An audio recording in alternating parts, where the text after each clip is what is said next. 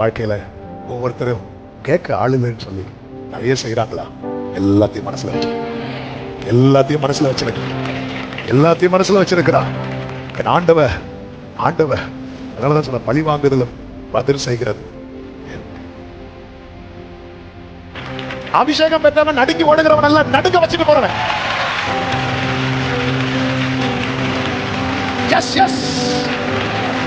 உன்னை காயப்படுத்துறவங்க உண்டு, வேதனைப்படுத்தவங்க உண்டு. நீ யார் என்பதை கர்த்தர் அறிய வச்சுட்டுதான் அந்த இடத்துல இருந்து உன்னை கொண்டு போவான். நல்ல கேளுங்க. கர்த்தருடைய சமூகத்தில் இருந்து, கர்த்தருடைய சொல்ல பிறகு பார்த்து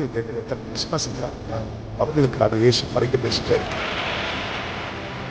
அவர் தோல்ல வச்ச சிலுவையே அவர் கீழே, அவர் தோல்ல வச்ச பிள்ளைய கீழே போடுவார்.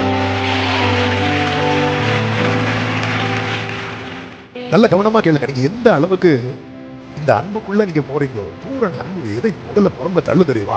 பயத்தை புறம்பது. நாளையை குறித்த பயம், குடும்பத்தை குறித்த பயம், எதிர்காலத்தை குறித்த பயம், வியாதியை குறித்த பயம். ஐயோ இப்படி ஒரு பிரச்சனை வந்தா அந்த பயத்தை முதல்ல புறம்பே தள்ள. பயத்தை புறம்பே தள்ளினா கோலியாத்து எவ்வளவு உயரமானவனா இருந்தாலும் நீங்க அவனுக்கு எதிர்கொண்டுதான் ஓடுவீங்க. அந்த ஓட்டம் தோல்வியில முடியாது, அந்த ஓட்டம் ஜெயத்துலதான். ஆமென் சொல்லுங்க பார்க்கலாம்.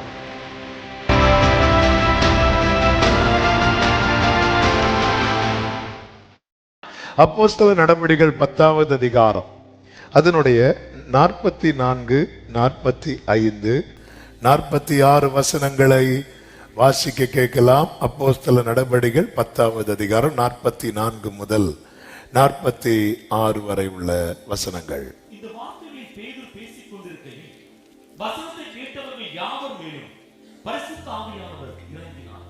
அவர்கள் பல பாஷைகளை பேசுகிறதையும் தேவனை புகழ்கிறதையும் பேதுருவோடே கூட வந்திருந்த விருத்த சேதனமுள்ள விசுவாசிகள் கேட்கும்போது பரிசுத்த ஆவியின் வரம் புறஜாதிகள் மேலும் பொழிந்தருளப்பட்டதை குறித்து பிரமித்தார்கள். ஹல்லேலூயா. அவர் யாவர் மேலும் வந்து இறங்கினார் என்று சொல்லப்பட்டது. யாவர் மேலும்.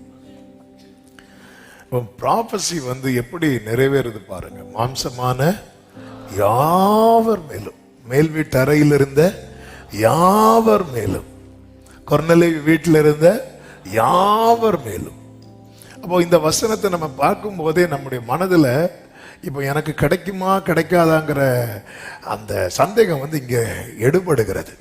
என் ஆண்டவர் பட்சபாதம் உள்ள தேவன் அல்ல, தம்மை நோக்கி கூப்பிடுகிற யாவருக்கும். அடுத்து உண்மையா, இதுதான் ரொம்ப முக்கியம். தேவன் எதில் பிரியப்படுகிறார் தெரியுமா? உண்மையில. எனக்கு உண்மையிலே அபிஷேகம் வேணும்னா நான் இன்னைக்கு காலையில் எழும்பி ஜெபம் பண்ணிட்டு வந்திருப்பேன். நேற்று நைட்டு எனக்கு ஜெபம் அதுவா இருந்திருக்கும். இந்த 4 நாட்களும் எனக்கு வேற எதுவுமே இருந்திருக்காது. என் மனசுல இங்க வந்ததும் சரி அவங்க கேட்குறாங்க, நம்மளும் கேட்போம். ஆமையன் போட்டு முடிஞ்சாச்சு, கிடைக்கலையா சரி வேற வேலை. அப்படி இல்லை. இது ரொம்ப முக்கியம். இந்த கொர்நேலியு என்பவன் இன்னைக்கு ஜெபித்தவன் கிடையாது. அவன் ரொம்ப நாளா ஜெபம் பண்ணிட்டு இருக்கிறான். என்னன்னே தெரியாம ஜெபம் பண்ணிட்டு இருக்கிறான். இயேசுவையும் தெரியாது, பரிசுத்த ஆவியும் தெரியாது. ஆனாலும் ஜெபம் பண்ணிட்டு இருக்கிறான் பாருங்க. கர்த்தருக்கு முன்பாக தேவ சமூகத்துல இருந்து ஆண்டவர் பேதுருவை அனுப்புறார். பேதுரு போக மாட்டேன் நிக்கிறார். ஆமென் ஹல்லேலூயா. பாஸ்டர்ஸ் சமாளிக்கிறது தான் ஆண்டவருக்கு பெரிய வேலை. ஆமென். அதுவும் பேதுரு போல ஆட்கள் இல்ல ஆண்டவரே. அது எப்படி ஆண்டவரே? ஐயோ தாங்க முடியல. ஆமென். ஜனங்களே வந்து உட்கார்ந்து இருந்தாங்க. 3 நாட்கள் ஆச்சு எழும்பல. சீஷர்கள் வந்து பசிக்குது. அதை ஜனங்க மேல கம்ப்ளைண்டா போட்டு, ஆண்டவரே ரொம்ப டைம் ஆச்சு, 5 அப்பத்தை ஒதுக்கி வச்சுட்டாங்க. ஆண்டவர் பார்த்துட்டாரு. உங்ககிட்ட என்ன இருக்கு ஆண்டவரே? 5 அப்பம்.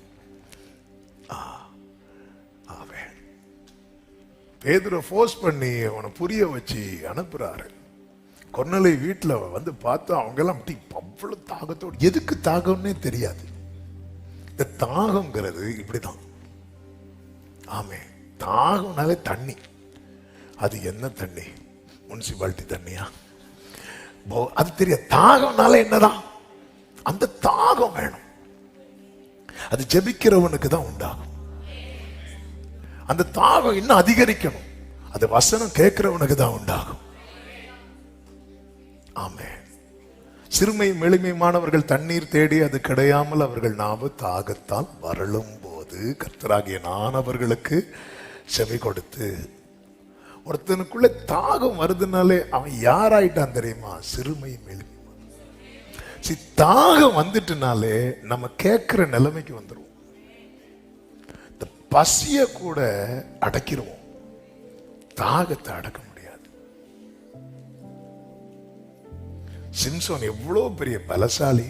அவருக்கு தாகம் வந்ததும் நான் சாவணும் ஆண்டவரே அப்படின்ட்டாரு. தாகத்தால சாகணுமா? இந்த கொர்நேலியு என்கிற அவன் ஒரு நல்ல பொசிஷன்ல உள்ளவன். ஆனா தாகம் வந்ததும், ஒரு நல்ல பொசிஷன்ல ஒருத்தன் இருக்கிறான்னா அவன் டிகிரி என்ன, 100க்கு அதிபதி, அவன் பொசிஷன் என்ன, அவன் கீழே 100 பேர் இருக்கிறாங்க, ரெட்டியா இருக்கிறாங்க. போனா போவான், வானா வருவான். ஆனா பேதுரு, படிக்காத பேதுரு உள்ள வந்ததும் பேதுருக்கு முன்னாடி விழுந்து கிடக்குறாங்க. ஏன்னா அவங்க உணர்றாங்க, எனக்கு தாகத்தை தீக்கிற தண்ணீரோட தான் இந்த பேதுரு வந்திருக்கிறார். பேதுரு அவரை எழுப்பி சொல்றாரு, எனக்கும் தண்ணி வேணும். ஆமே ஆமே, நான் தண்ணியை கொண்டு வரல, என்னை அனுப்பினவர் இங்க இருக்கிறார். தாகம் உள்ளவன் மேல தண்ணீரையும். ஆமேன் சொல்லுங்க பார்க்கலாம். பட்சபாதம் இல்லாதவர். இங்க யாரை குறித்து பேதுரு பேசிட்டு இருக்கிறார்னா, ஜீசஸை குறித்து பேசிட்டு இருக்கிறார். இயேசுவை குறித்து கேட்க கேட்க ஒரு பக்கம் ஆசை, இன்னொரு பக்கம் தாகம், இன்னொரு பக்கம் வைராக்கியம். என்ன வைராக்கியம் தெரியுமா? இயேசுவுக்காக ஆசை, இன்னும் அவரை கேட்கணும், இன்னும் அறியணும், இன்னும் அவரை அண்டிக் கொள்ளணும், இன்னும் அவரை முத்தமிடணும். தாகம், அவரை போல மாறணும். வைராக்கியம், அவருக்காக நிக்கணும். இந்த மூணையும் ஃபுல்ஃபில் பண்ணுகிறவர் தான் ஹோலி ஸ்பிரிட். நல்ல கவனமா கேளுங்க. நீங்க எந்த அளவுக்கு இந்த அன்புக்குள்ள நீங்க போறீங்களோ, பூரண அன்பு எதை முதல்ல புறம்ப தள்ளும் தெரியுமா? பயத்தை புறம்ப தள்ளும். நாளைய குறித்த பயம், குடும்பத்தை குறித்த பயம், எதிர்காலத்தை குறித்த பயம், வியாதியை குறித்த பயம். ஐயோ இப்படி ஒரு பிரச்சனை வந்தா எப்படியே, அந்த பயத்தை முதல்ல புறம்பே தள்ளும். பயத்தை புறம்பே தள்ளினா கோலியாத் எவ்வளவு உயரமானவனா இருந்தாலும் நீங்க அவனுக்கு எதிர்கொண்டு தான் ஓடுவீங்க. அந்த ஓட்டம் தோல்வியில முடியாது, அந்த ஓட்டம் ஜெயத்துல தான். ஆமென் சொல்லுங்க பார்க்கலாம். அந்த அன்பின் ஆழத்துல. அதனாலதான் நீங்க எல்லாரும் என்ன தனியா விட்டுருவீங்க, ஆனால் நான் தனித்திறேன், பிதா என்னோடு இருக்கிறார். ஒருவரும் இல்லைன்னா நம்ம அதிர்ச்சி அடைவோம். இயேசு ஒருவரும் இல்லை என்று கண்டு ஆச்சரியப்பட்டாராம். அப்படியா? யாரும் இல்லையா? உங்களுக்கு சப்போர்ட் பண்ண ஒருத்தரும் இல்லை, ஒருத்தரும் இல்லையா? அப்படியா? இப்படி சொல்லி இருக்கிறோமா என்னைக்காவது? இப்படி சொன்னா எப்படிங்க இருக்கும்? ஒருத்தரும் இல்லையா? ஒரு 10 பேருக்கு போன் பண்றோம். போன் பண்ணிட்டு சிரிக்கிறோம். ஒருத்தங்க வந்து, ஏங்க சிரிக்கிறீங்க? 10 பேர் நல்லா பேசினாங்களா? 10 பேரை போன் எடுக்கவே இல்லை. அவன் நம்ம போன் இயேசு ஆச்சரியப்பட்டாராம். இதான் சம்பூர்ணம், இதான் நிறைவு. எனக்கு ஒருவரும் இல்லைன்னாலும் அது என்னை அதிர்ச்சி அடைய வைக்காது. நான் விசுவாசித்திருக்கிறவர் இன்னார் என்பதை அறிந்திருக்கிறேன். நான் அவரிடத்தில் ஒப்புவித்ததை நல்ல கைகளை தட்டி. அவர் தோள்ல வச்ச சிலுவையே அவர் கீழே போடல, அவர் தோள்ல வச்ச பிள்ளைய கீழே போடுவார்.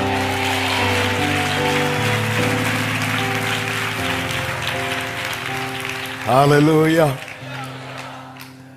ஆமென், ஹல்லேலூயா. இயேசுவினுடைய ஆசையும் அதுதான். யோவான் 17வது அதிகாரத்தில் பிதாவை நோக்கி இயேசு ஜெபிக்கிற ஜெபம் சொல்லப்பட்டிருக்கிறது. அதுல 21வது வசனத்தை வாசியுங்கள். அவர்கள் எல்லாரும் ஒன்றா. முந்தின வசனத்திலிருந்து வாசிங்க. இவர்களுக்காக யாருக்கு? சொல்லுங்க சொல்லுங்க. கரெக்ட். சீஷர்களுக்கு இவர்களுக்காக வேண்டிக் கொள்ளுகிறதும் அல்லாமல் இவர்களுடைய வார்த்தையினால் என்னை விசுவாசி. இந்த கூட்டம் யாரு? அழகா கை தூக்குறீங்க. இந்த கூட்டம் யாரு? அப்ப அங்க இயேசு 17வது அதிகாரத்துல ஜெபம் பண்ணது 11 சீஷர்களுக்கு மட்டும் இல்ல, இந்த எளியவனுக்காக. ஆமென். இவர்களுக்கு, அவங்களுக்கு பேதுருக்கு தெரியாது இந்த மேட்ரு.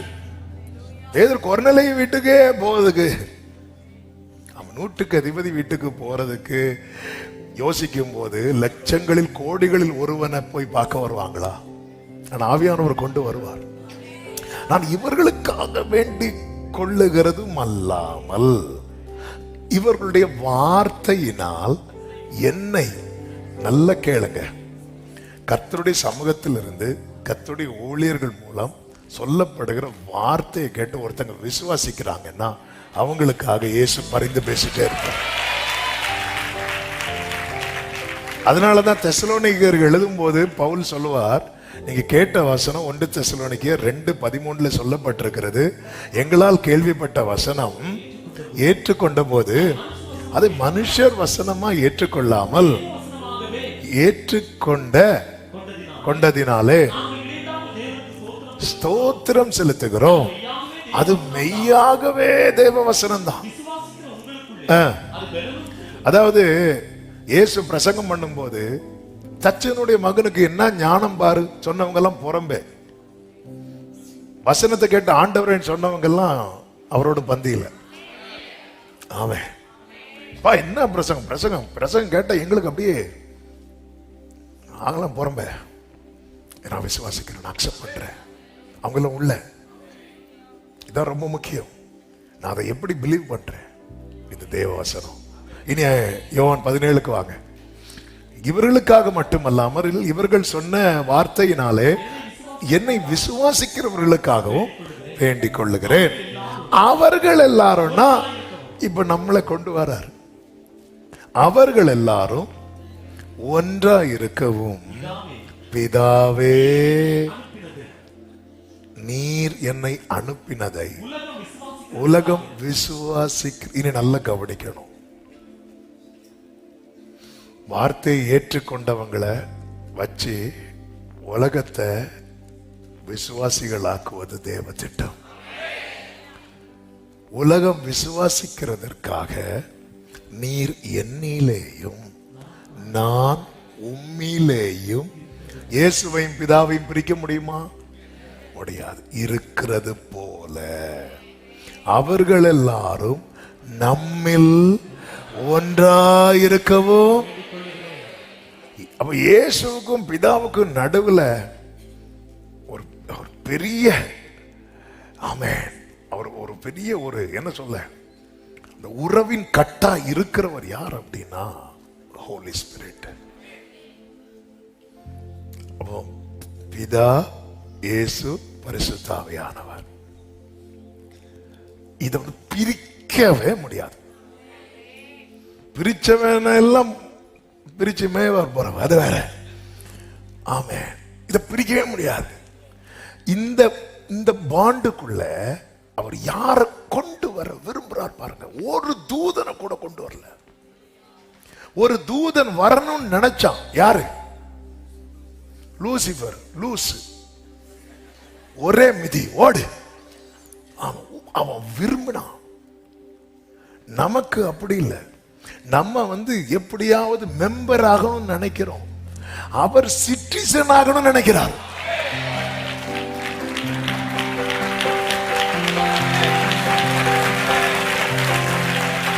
நம்முடைய குடியிருப்போ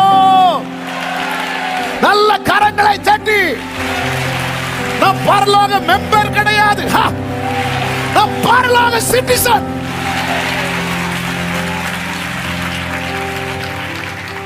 ஆமென் சொல்லுங்க பார்க்கலாம்.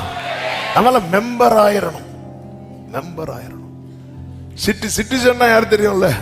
இப்ப ரோம குடியுரிமை பெற்ற ஒரு அப்போஸ்தலன் உண்டு. யாரு? பவுல். பவுலை பிடிச்சி ஜெயில அடைப்பாங்க. ஜெயில அடைச்ச உடனே அன்னைக்கு தெரியும், அன்னைக்கு அந்த இரவு பவுலும் சீலாவும் பாடி துதிப்பார்கள், சிறைச்சாலாம் திறக்கும். பவுல் போக மாட்டாரு.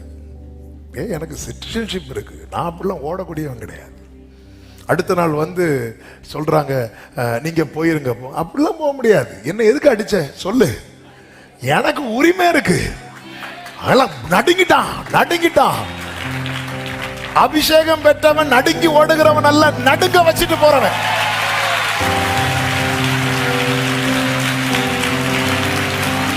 எஸ் எஸ்,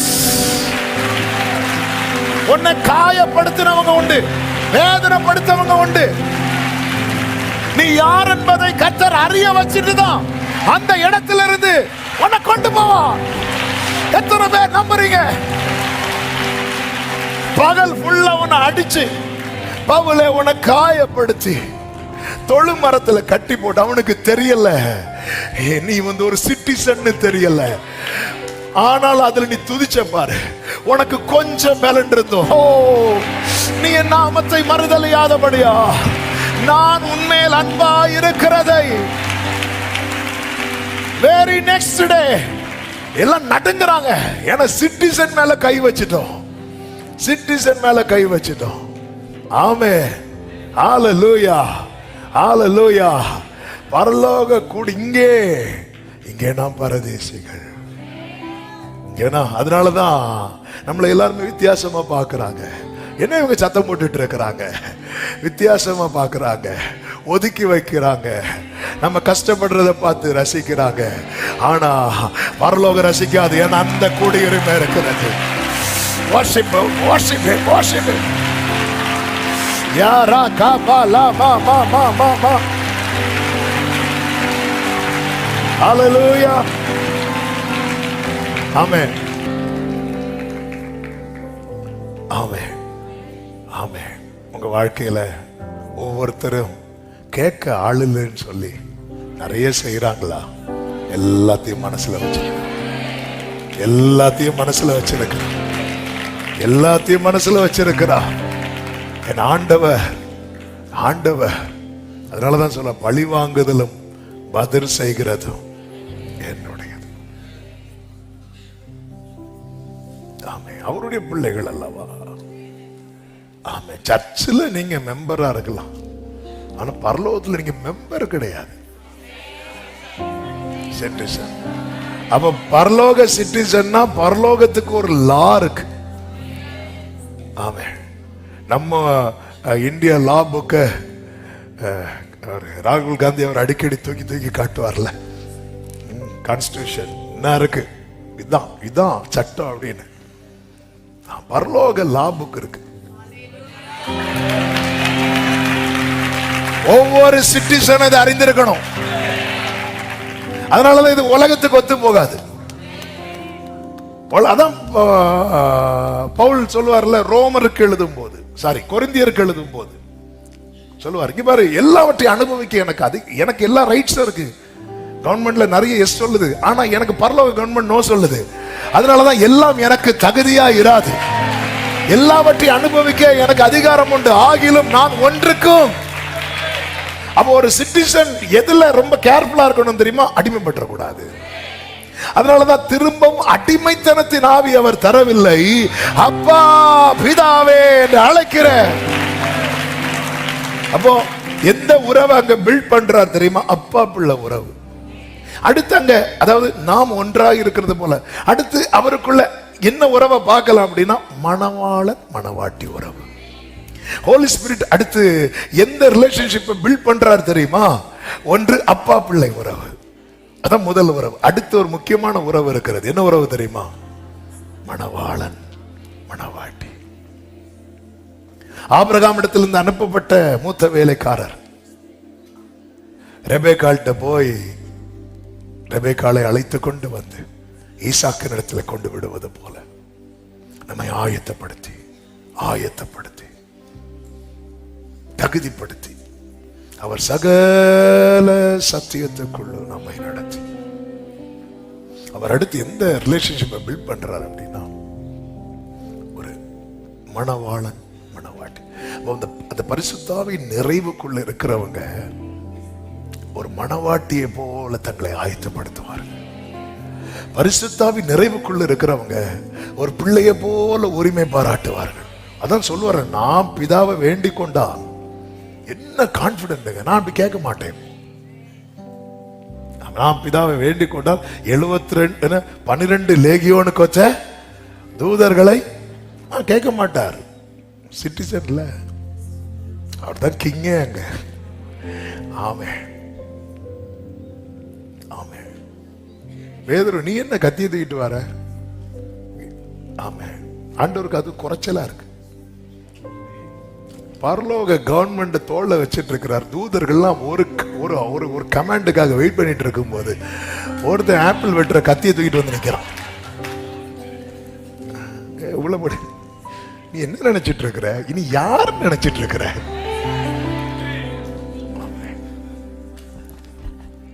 நம்ம எல்லாம் அப்படிதானாங்க.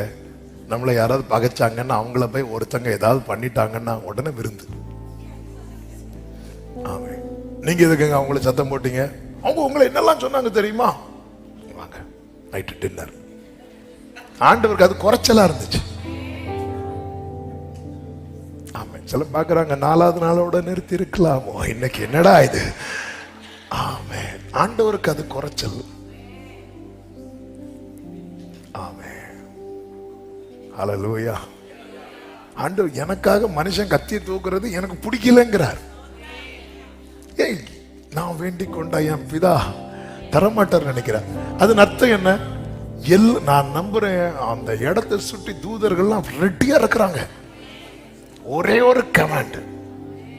ஆனா அவர் சொல்லல. ஏன்? என்ன ஒரு பர்பஸுக்காக தான் இங்க வச்சிருக்கிறார். அதுதான் நடக்கணும். அபிஷேகம் பெற்றவன் அபிஷேகத்தை தவறா பயன்படுத்த மாட்டான்.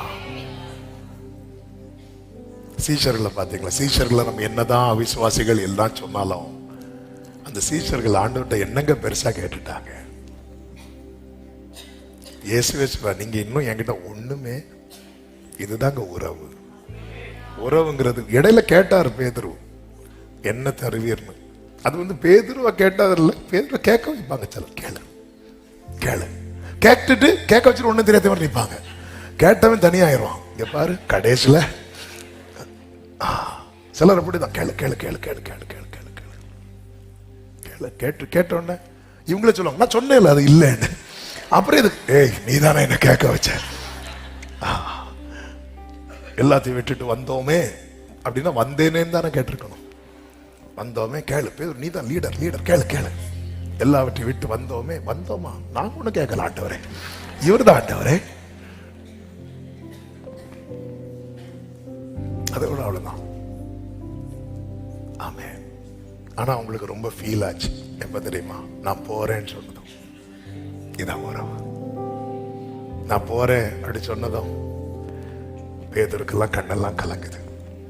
மார்பிள் சாய்ந்திருந்த யோவானுடைய ஹார்ட் பீட் ஜாஸ்தி ஆகுது. அப்படியே பஸ்கா அப்பத்தை கையில வச்சுட்டு சாப்பிடாம இருக்கிறாங்க ஒவ்வொருத்தரும். எல்லாரும் அப்படியே பாக்குறாங்க. ஆண்டவர் சொன்னவங்க இருதயம் கலங்காது இருப்பதாக. நான் போறேன், நான் விட்டுட்டு போயேன்னு நினைச்சீங்களா? வேறொரு தேற்றத வாழ.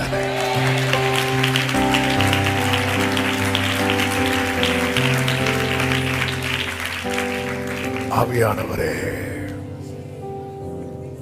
ஆவியானவரே, ஆவி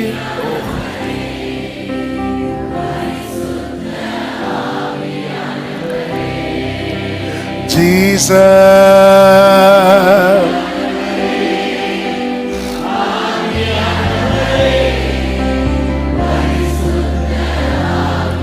அடுத்தவர் பில் பண்ற உறவு என்ன தெரியுமா? உங்களை நான் இனி சிநேகிதர் என்று சொன்னேன் என்று யோவான் 15:15 அதுல சொல்லப்பட்டிருக்கிறது. யோவான் 15வது அதிகாரம் அதனுடைய 15:15 வாசிங்க. இனி நான் உங்களை ஊழியக்காரன் என்று சொல்லுகிறதில்லை, ஊழியக்காரன் தன்னை சும்மா செய்வதை அறிய மாட்டான். நான் உங்களை சிநேகிதர் என்றேன், ஏனெனில் என் பிதாவினிடத்தில் நான் கேள்விப்பட்ட எல்லாவற்றையும் அறிவித்தேன். ஒரு சிநேகிதன் என்கிற உறவு. ஆமே. நாளுக்கு நாள் ஆமே ஆண்டவரோட கனெக்ட் ஆக முடியலனாலே உங்களுக்கு நெஞ்சு துடிக்கணும். சவுலுடைய வஸ்திரத்தை தொட்ட போது தாவீதுக்கு நெஞ்சு அடிச்சது போல ஆண்டவரோடு கனெக்ட் ஆக முடியலையா, உடனே நெஞ்சு அடிக்கணும். பேதுரு என்னதான் மறுதளிச்சாலும் பேதுருவால இயேசு இல்லாம இருக்க முடியாததுனால தானே போனான். பேதுருவால இயேசு இல்லாம அந்த கூட்டத்தில் அவருக்கு என்ன உண்மையிலே அவருக்கு என்ன நடக்குதுன்னு பார்க்க தான் போனோம். இயேசு என்ன பண்ண போறாங்க, அவ்வளோ பிடிக்கும் பேதுருக்கு. அன்பான சீஷன் என்று யோவான சொன்னாலும் உண்மையிலே பேதுருக்கு அந்த அன்பை வந்து சரியா காட்டு தெரியல, அவ்வளவுதான். பேதுருக்கான ஆண்டவர் ரொம்ப பிடிக்கும், ஆண்டவருக்கும் பேதுருவர் ரொம்ப பிடிக்கும். அதனாலதான் கூட்டத்தில் வச்சு அவங்ககிட்ட சில காரியத்தை பேசாம உயிர்த்தெழுந்த இயேசு தனியா பேதுருவை சந்தித்ததை 1 கொரிந்தியர் 15 சொல்லப்பட்டிருக்கிறது. யோவானை போல பேதுருவுக்கு அன்பு காட்டு தெரியல, ஆனா அது அவரால் புரிய முடிந்தது. நம்ம எல்லாம் யோவானை போல தாவீதை போல அன்பை காட்டுறோமான்னு கேட்டா உண்மையிலே இல்லை. ஆனா அவருக்கு தெரியும் நம்ம அவரை நேசிக்கிறது. ஆவியானவர் வாக்கு கடங்காத பெருமூச்சுகளோடு நமக்காக வேண்டுதல் செய்கிறவர் மட்டும் இல்ல, நம்மளை டியூன் பண்ணி மோசே என்கிட்ட வராத அப்படி சொன்னார்ல, அதே ஆண்டவர் சொல்றார், மோசே மாத்திரம் என்கிட்ட வரலாம். ஆமென். நீங்க யாருமே இல்லாதவர்கள் அல்ல, நீங்கள் அனாதை அல்ல. பழுதாய் கிடந்த என்னை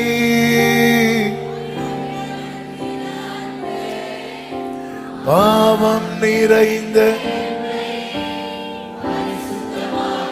அனாதையான என்னை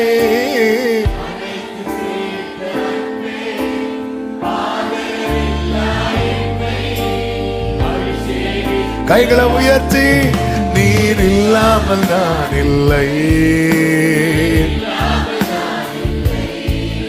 உம் நினைவில்லாமல் நீர் இல்லாமல்